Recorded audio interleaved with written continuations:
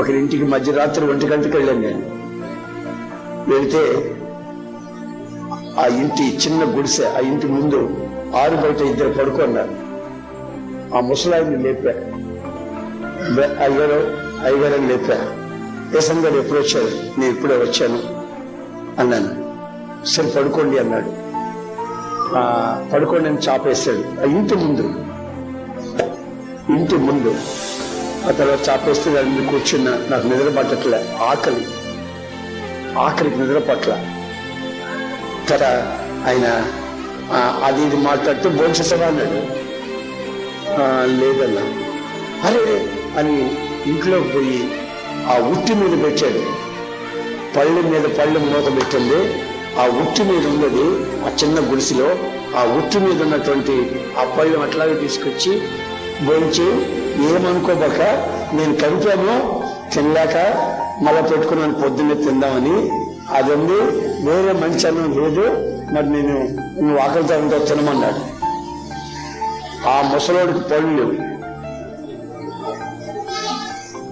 ఆడన్నం కలిపి ఆ ముసలోడు కలిపాడు. ఎట కలిపాడు? పళ్ళు లేవు కదండి, అందుకని బాగా తీసుకున్నాడు.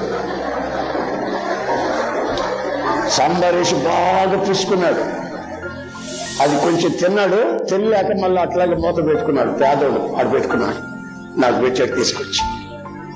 నేను ఆకలికి వద్దని అనకుండా చేపెడితే చల్లగా ఉంది, పేస్ట్ అయిపోయింది. బాగా మెత్తగా పిచ్చుకున్నాడు ముసలాడు.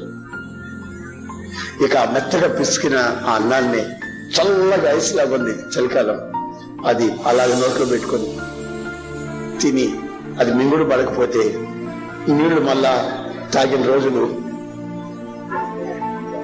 ఆ అన్నం మింగుడు పడకపోతే మళ్ళీ నీళ్లు తాగిన క్షణాలు నాకు గుర్తు. అతను సారీ, క్షమించండి, వేరే అన్నం ఏం లేదు, నేను కలిపి పెట్టుకున్నదే ఉంది. ఆయనకు భార్య చచ్చిపోయినట్టుంది, పిల్లలు ఎవరు పట్టించుకోలేదు, 2 పిల్లలు. అందుకని ఆ గుడిసెలో ఆయన ఒక్కడే ఎవరినో పిల్లల్ని తీసుకొని వచ్చుకొని మనవడో ఎవరో మొత్తం మీద వాళ్ళిద్దరే ఉన్నారు. అంత వండుకున్నారు, 2 తిన్నారు.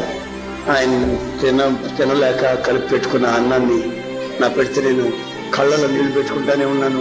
ఆ ఆకలికి ఉండలేక ఆ అన్నాన్ని తిన్నాను. అది 1977 సంవత్సరం. That is 1977. అప్పటికే నేను 10 సంవత్సరాలు ప్రభు సేవ చేస్తున్నాను. 10 సంవత్సరాలు అయింది అప్పటికే సేవలో. అయినా ప్రభు అలాంటి మార్గాల్లో నన్ను నడిపిస్తాడు.